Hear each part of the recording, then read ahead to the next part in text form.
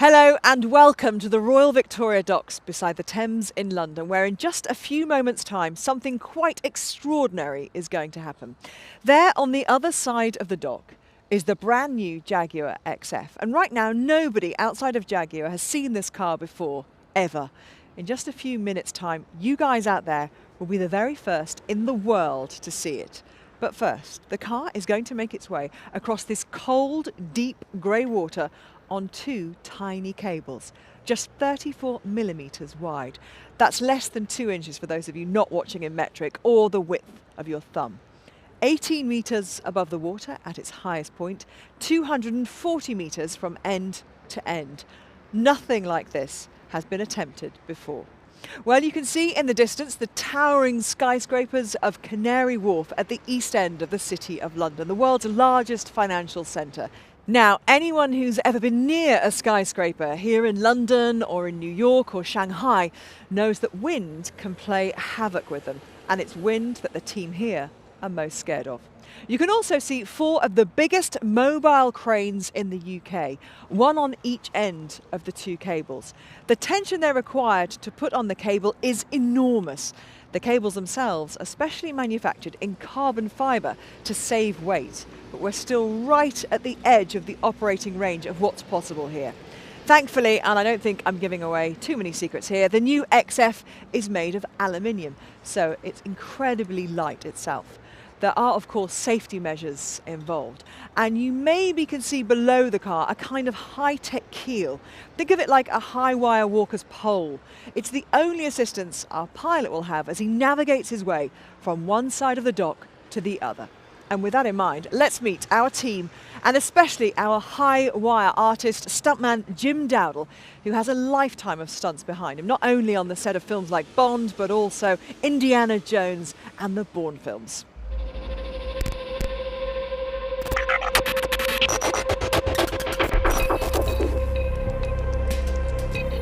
We normally say there's 3 things that we always see as fear: water, falling from height, and fire. You can't eliminate that risk factor. Anything can happen. There are so many finite and very delicate calculations that need to be done.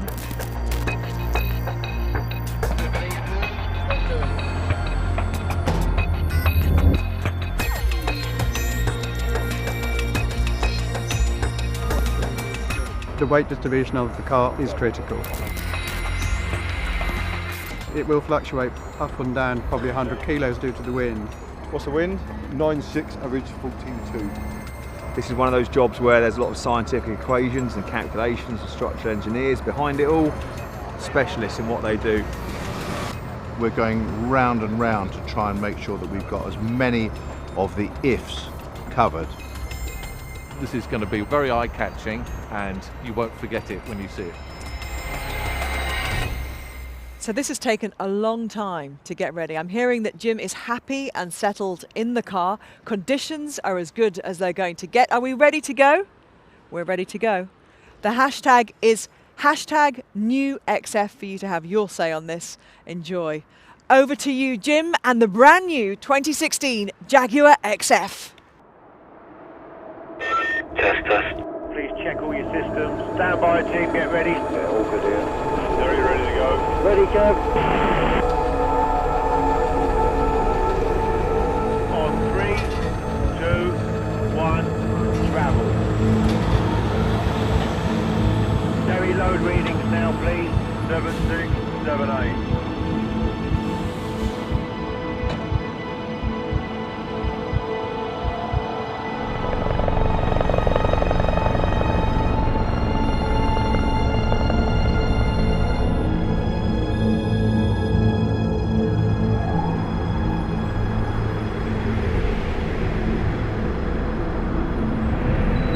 Coming into halfway. Can we have a wind reading, please? Wind reading 2.8 meters a second.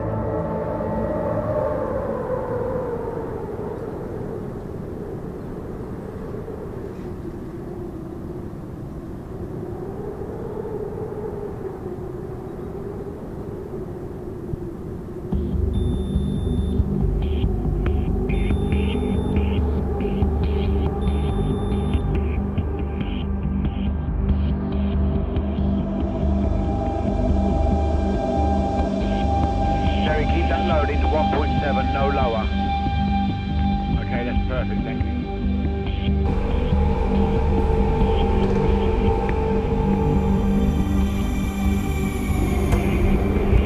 Coming up to 3/4 mark.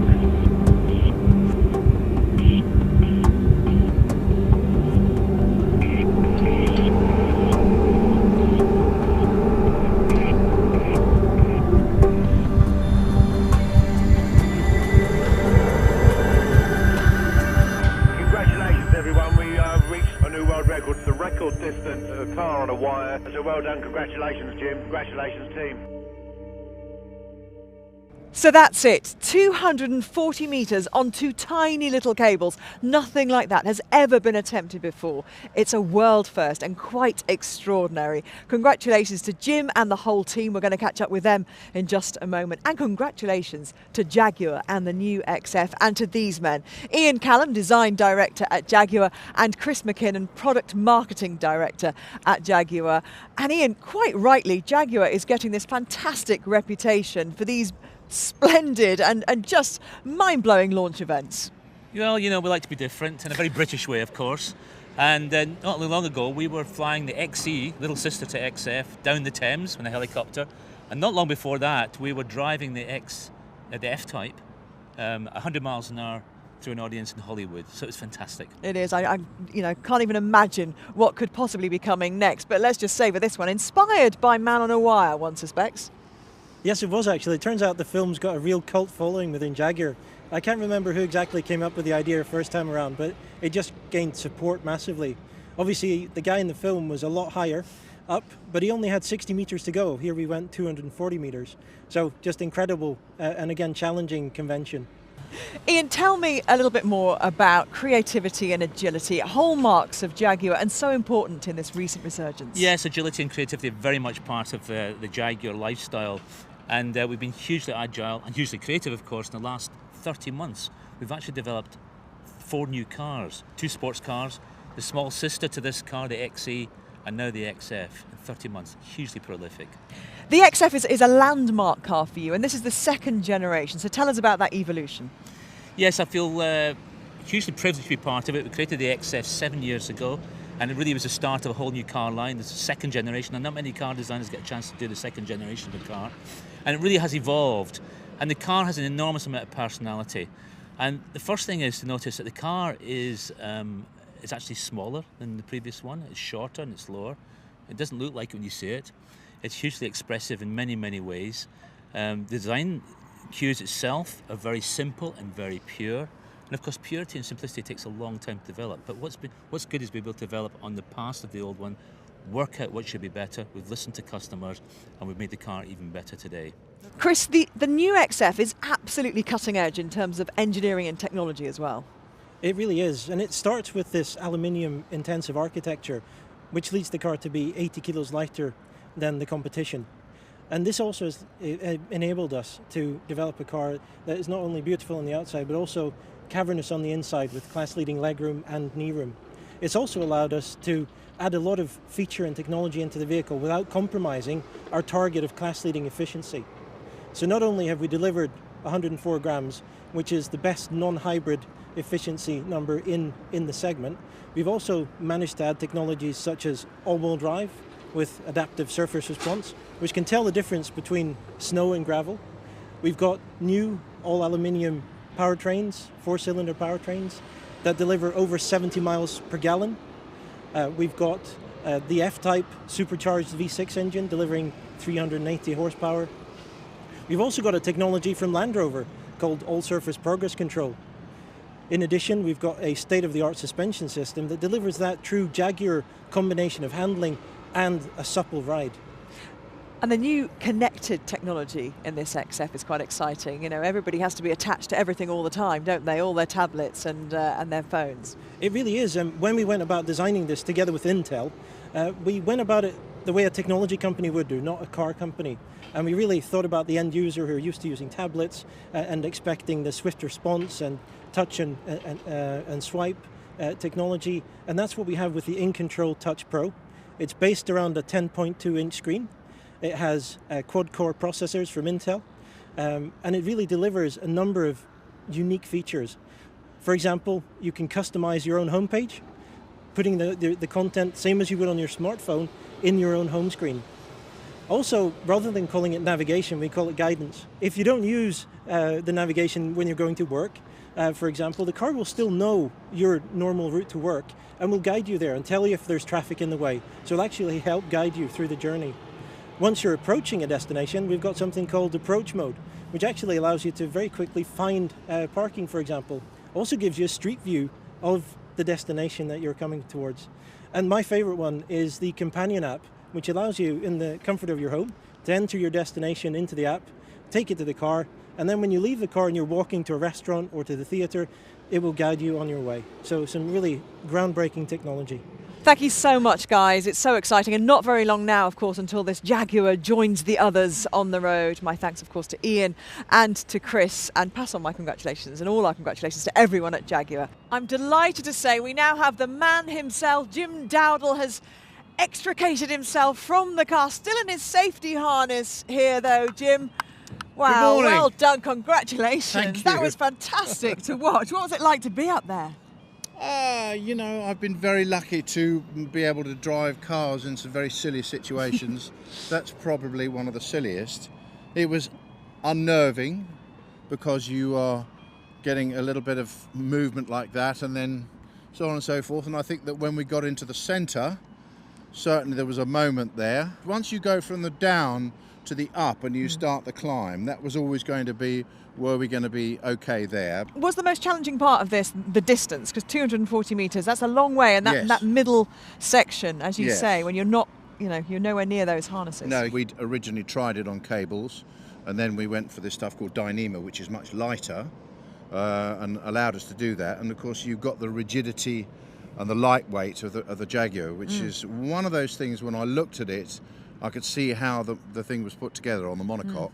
And that was what was actually inspired us to say, yeah, we can do this. Now, with all your experience, the incredible things you've done, even you don't turn up on a morning like this and just drive a car across the Docklands here in London. You have to put a lot of planning, a lot of foresight into a stunt like this. And this has been a while in the making, hasn't it? We saw earlier on the film of you having a look at how this was actually going to manifest itself. 6 months, really, is when we first put the idea together, and the meetings and the recce's and the planning of how we do it, and then in the end, when you do stunts, if you lived in a perfect world, pencils wouldn't have rubbers on them. So we're constantly adjusting and doing it. But in the end, there's a little bit of... And that's the bit you love. Yeah, that's it, absolutely. It's not a science. What we do is you can get the guys with the water-cooled slide rules and all the business to say, yeah, this is going to work perfectly. But in the end, there are elements of weather and...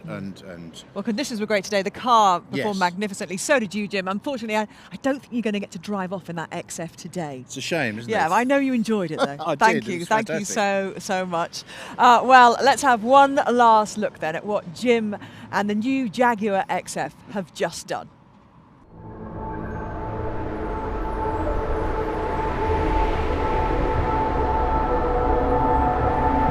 Coming into halfway. Can we have a wind reading, please? Wind reading 2.8 metres a second.